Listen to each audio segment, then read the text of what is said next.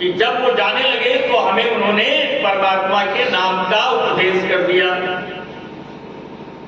फिर ऐसी भगवान की लीला थी कि एक दिन मेरी माँ गाय धोने गई तो उसको सांप ने काट लिया, वो भी चली गई।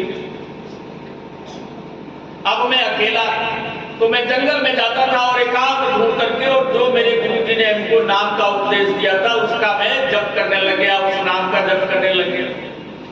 जब धीरे धीरे धीरे मेरा भजन बना, मेरी लगन बढ़ी, तो और अधिक दिल में उत्साह हो गया। अब तो संसार में मेरा मन कहीं नहीं लगता, केवल भगवान के नाम में।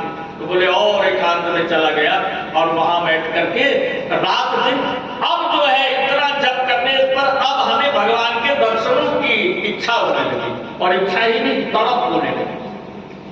तड़प तो आप लोग अच्छी तरह समझते हैं, किसी को पानी की प्यास लगी हो और पानी पीने को नहीं मिले तो कैसी फीलिंग आती है, कैसा अनुभव होता है, वो कहते हैं तड़प।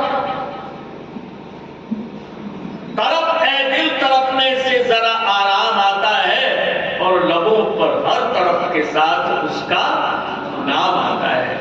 ये हृदय में जो तड़प है, जब तक उसके लिए लगन और तड़प नहीं होगी तब तक बात बनने वाली नहीं। नारद जी बोले मेरी लगन लगी, मैं व्याकुल हो गया, तो भगवान का दर्शन हुआ मुझे। मेरे नेत्र बंद थे, लेकिन भगवान की वो सलोनी छवि, वो अद्भुत प्यारी छवि मुझे भगवान की दिखाई दी।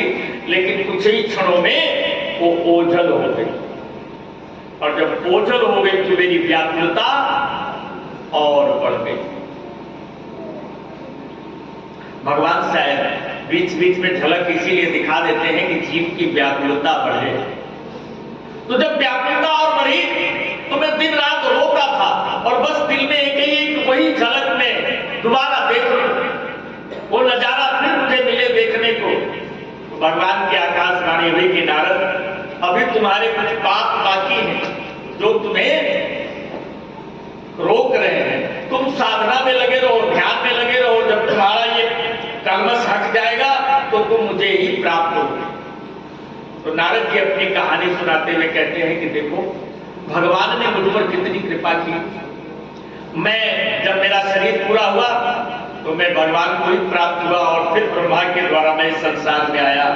स्वयं मां भगवती के द्वारा ये पीड़ा मिली, और आज सारे संसार में मैं भगवान के नाम का जप करते हुए घूमता हूं।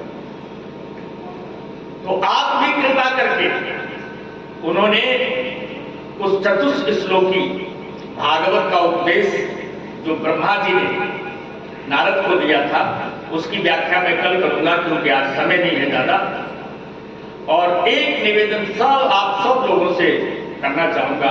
आप सभी लोग भी ये चाहते हैं कि समय से कार्यक्रम समाप्त हो, तो मैं भी ये चाहता हूं कि आप लोग समय से आना शुरू करो। थोड़ा सा घर के काम से थोड़ा सा और टाइम निकालो। अगर सचमुच में आनंद लेना है इस भागवत का, तो थोड़ा सा समय, थोड़ा तो सेक्रीफाइस करो, कम से कम अपने सब थोड़ा सा समय दीजिए, क्योंकि ये कथा ऐसी है, इसमें तो डूबना है। जब हम शरीर